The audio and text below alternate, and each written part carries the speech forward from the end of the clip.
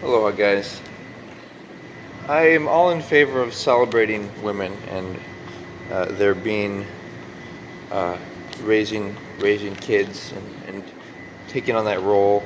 Of course, if it's their progeny, then it's a moral obligation in addition. But and I also feel the government should restrict certain people from having children. I think that's one of the root causes of criminality when people are too poor to, you know, provide for their family. That considered, my argument here I'm presenting that it's better to label somebody your equal or by their first name, a friend, perhaps even a dream teammate, as I describe, a term implying like religious kind of spiritual brother or sister, if you will, quote unquote, instead of the the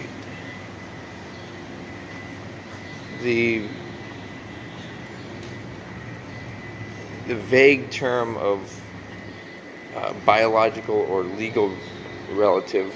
Why would you prioritize them over people you actually you really care each other in terms of true love, which is commitment to each other's dreams?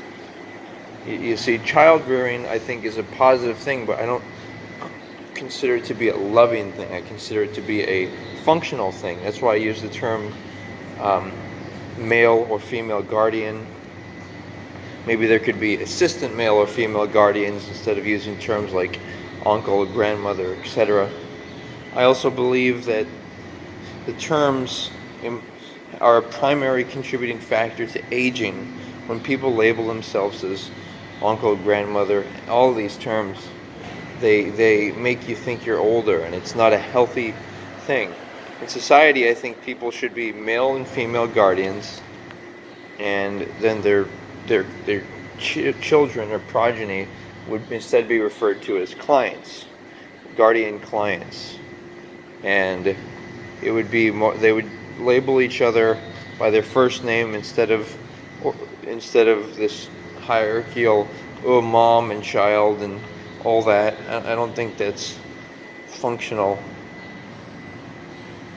It can, in a way, it can make people feel, cozy, nice and that, but that's not good for the real world. The real world, you don't want, for example, Orthodox people in religion, sometimes they're like, I want a submissive wife. You don't want any of that crap. You want somebody to be equal and in an egalitarian relationship with you. And as far as a young person, the basis of the relationship of raising them, instead of all these people having arguments when the person's a teenager. First of all, the government should have more. They shouldn't require parents to be taking care of their children. If the children are disobedient, defiant, I feel like and that's a big issue.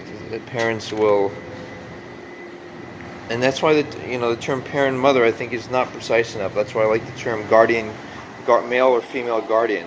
But the thing is that they'll, under the guise of love, the false premise, they'll say, I love you, and they'll maybe even go so far as spoil them. But all that really is they're trying to befriend somebody who's growing up and doesn't really have a sense of self.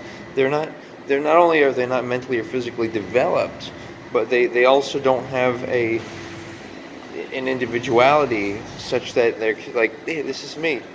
I believe these certain beliefs by choice, by my own volition. I pursue certain things. You in order to say you love someone or they're your same religion or such, it has to be an equal to you. It needs to be somebody who is, you can say, this person's my equal. I label by their first name, not terms like mother, grandfather, and that. All those terms imply submission and dominance and hierarchical structure, which is not, you don't need that. All you need is terms like more scientific terms like guardian client, male and female guardian, and it can be a positive thing. It can be a good, very good thing, and then you can experience true love at some point. If somebody, for example, if your biological legal child, it may be the goal should be to empower them to independence and self-determination, not to want them to always be your friend, because all it is trading your money for their friendship, and it's contrived, it's not genuine. So for in the interest of truth, like I was saying, the concept of love is about commitment to other people's dreams. And so, as you want to teach them to be, like I was saying, responsible and an individual, and then by choice and voluntarily they can, of course you might hope, they'll be wholesome and choose a similar religion to you and such, and then you can be equals, dream teammates, and you can serve each other. But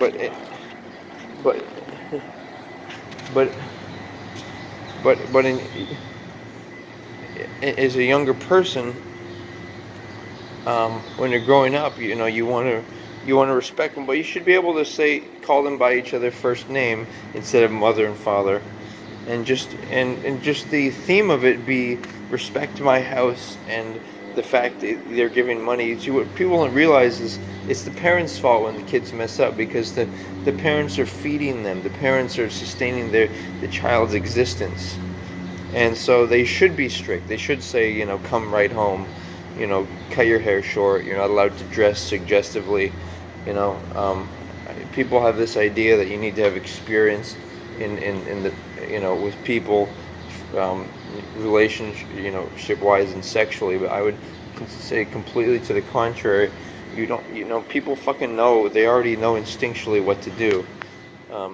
A and B, you want to save all that energy for that one particular person, that special person, and you don't want bad memories, and all these connections and wasted time, and money that you're giving to people, and all these things. I think when people pursue these types of relationships and label each other of the role as parent instead of equal, egalitarian relationships, whether they friend, I myself, I petitioned and offered an ultimatum to my legal biological relatives, suggesting that I don't want to label you as the role of mother, father, grandfather, uncle, etc. I want to be equals. I want to be friends, and maybe it be such that we have such a similar lifestyle that we could consider each other dream teammates, dream DT, quote unquote. But until such time, I don't want to have this. This submission. It's a submission dominance relationship. It's not about love. It may be practical to have somebody be your authority in your younger life, but not throughout your whole life. I think these and other contributing factors like poor, improper dieting, lack of medical resources and such are the reasons for people aging. I don't really think people should age, but labeling yourself a grandmother or uncle or even mother, that is gonna be a primary factor to your aging process. Thank you for considering. On location. Yes.